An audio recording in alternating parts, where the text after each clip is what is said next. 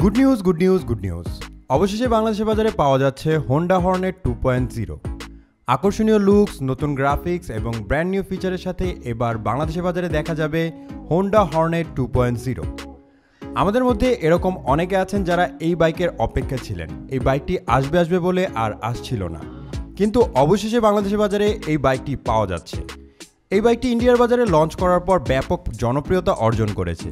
তো চলুন জেনে নেওয়া যাক নতুন এই হোন্ডা হর্নেট 2.0 বাইকটির ফুল স্পেসিফিকেশন এবং বাইকটিতে কি নতুন ফিচার অ্যাড করেছে।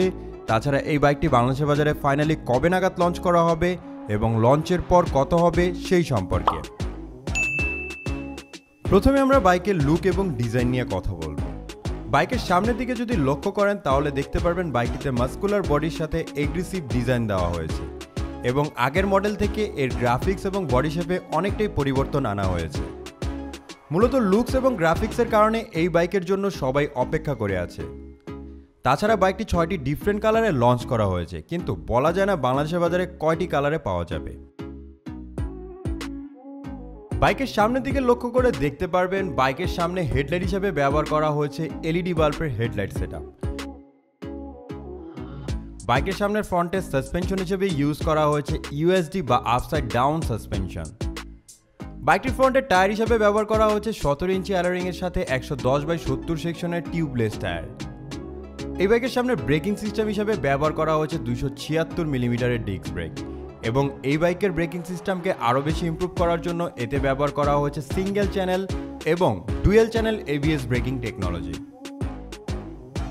বাইকের পিছনের দিকে সাসপেনশন হিসেবে ইউজ করা হয়েছে মনোশক সাসপেনশন এবং বাইকের পিছনে টায়ার হিসেবে ইউজ করা হয়েছে 17 ইঞ্চি অ্যালোরিং এর সাথে 140/70 সেকশনের রেডিয়াল টিউবলেস টায়ার।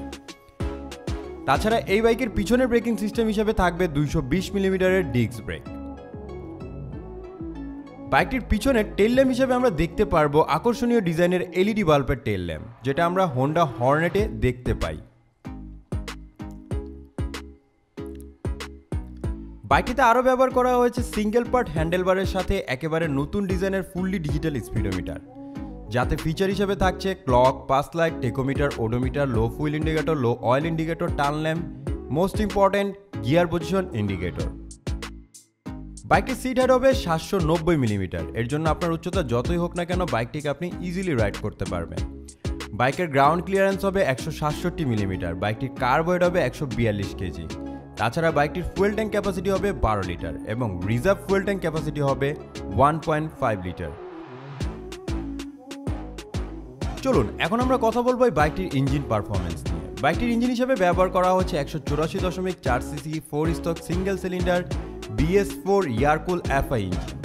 এই ইঞ্জিনের কারণে বাইকটি থেকে ম্যাক্সিমাম পাওয়ার আউটপুট করে থাকবে 17.26 bhp 8500 rpm।